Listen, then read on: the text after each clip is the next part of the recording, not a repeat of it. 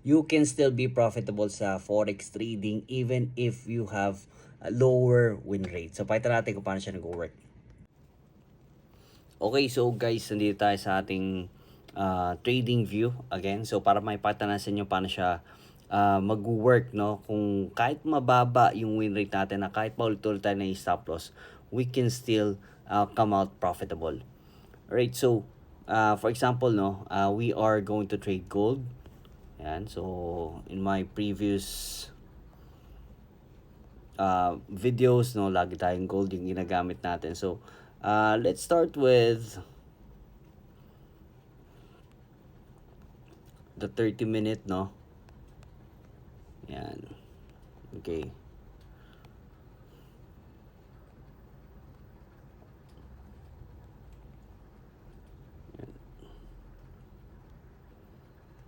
Yan, so kahit muna natin yung mga moving averages natin, yung mga other indicators natin. Ayan, okay. So focus lang muna tayo sa ating price action. Alright. So, paano ba siya nag-work kung mababa ang inyong win rate? So, let's say lagi paulit-ulit ka ng stop loss and paulit-ulit tayong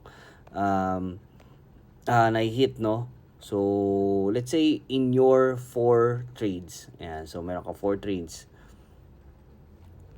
And tatlo doon, na-stop loss ka. Let's say dito, naglagay ka dito, no? Nag-entry ka dito. Ayan, let's say nag-entry ka dyan. Kala mo breakout pero na SL ka. Ayan. So, SL ka dyan. And, again, dito naglagay ka. For example lang naman to, no? For example lang, Ayan, SL ka ulit dyan. And, again, nag-re-entry ka dito. No? Ayan, pero SL ka ulit.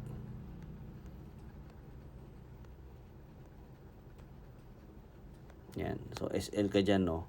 So, 3 times kang na SL. So, let's say, for example, no? Meron kang $100 na capital. And for each trade, you are setting aside $5 na stop loss. So that's $15 already. Kasi 3 times ka ng, ayan, 3 times ka ng, ayan, so lagay natin, no? Lagay natin $100. Ayan. $100 capital.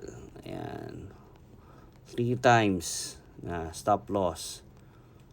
3 times SL is equals to $15.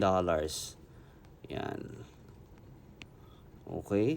So, yan, $15, no? $100 capital, 3 times ka na SL, and that's equivalent to $15. Alright. So, paano tayo ngayon makakabawi? Or paano natin siya, paano tayo magka-come out as profitable? So, simple lang, no? We can still come out profitable if we are, if we can trail the market. Okay, so the last time na nag-enter tayo dito is dito sa 4203. Ayan. So, with that 4203, so nakita nyo, meron tayo ditong mga, meron tayong entry pa na pwedeng paglagyan, no? Ayan. So, meron tayong mga opportunity dito. Ayan. So, let's say, nag-entry ka ulit dito. Ayan, dito ka nag-entry.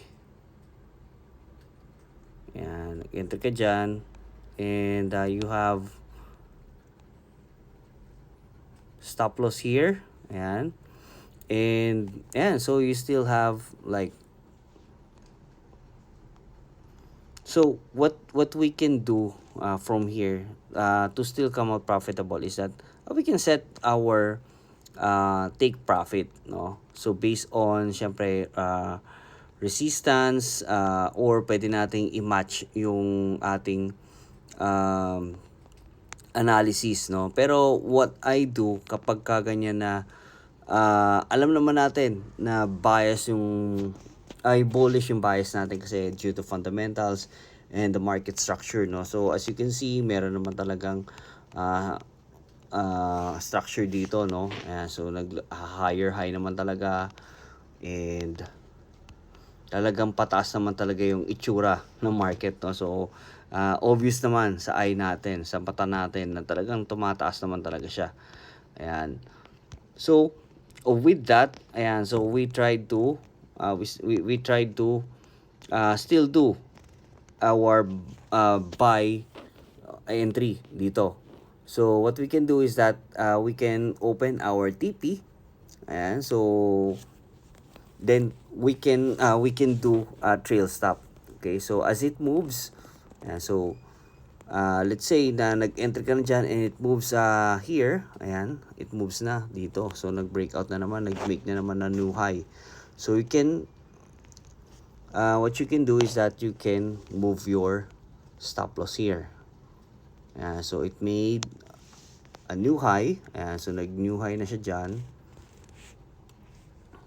And then, once na nag-create pa siya ng mga further movement, ayan, you can still, ayan, so, na-recover niya, no? So, hindi ka naman na SL dyan, no? So, na-recover niya naman. So, you can still move your stop loss here. And then, until such time na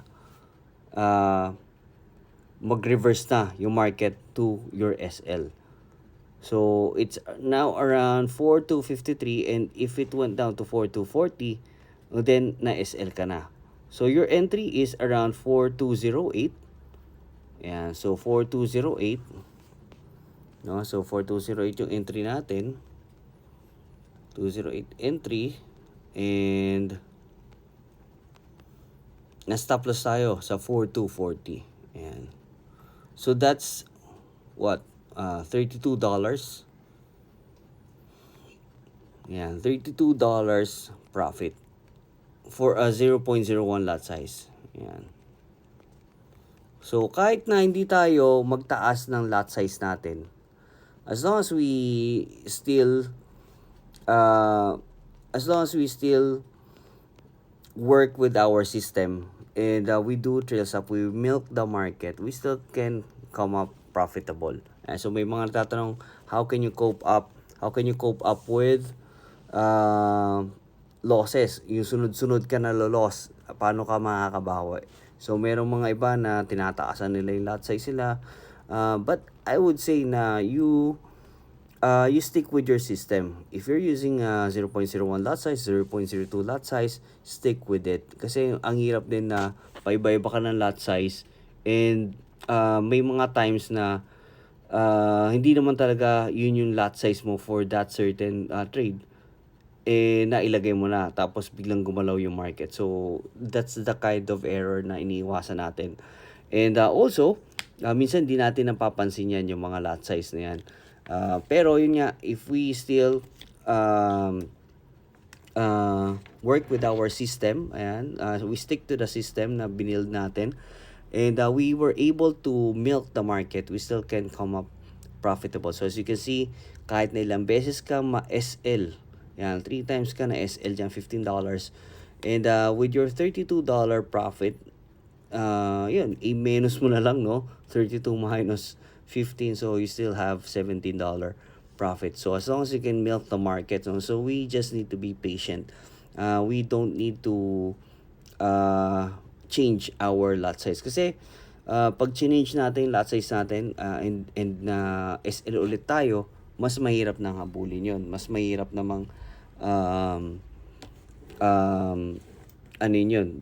bawiin yun, no? So we still need to just stick with our system, and we just need to look for a trend na masasakyan natin. We just need to be smart with our with our trail stop, no? So dito, ayan, this is around 4260, no? So kung kahit hindi mo na siya hintayin na ma-SL ka, kung sa 4260 ka nag take profit, no? So you have $52 profit. Yeah. So mas malaki. You have $35 profit, labas na yun na SL, 'di ba? So that's the kind of thing that we can do to milk the market and cope with our losses and still come up profitable. So that's it, guys. I hope you learned something, and I just want to invite you sa our Telegram community. Nandyan lang yung link niya sa description box below or sa my bio natin. So see you there.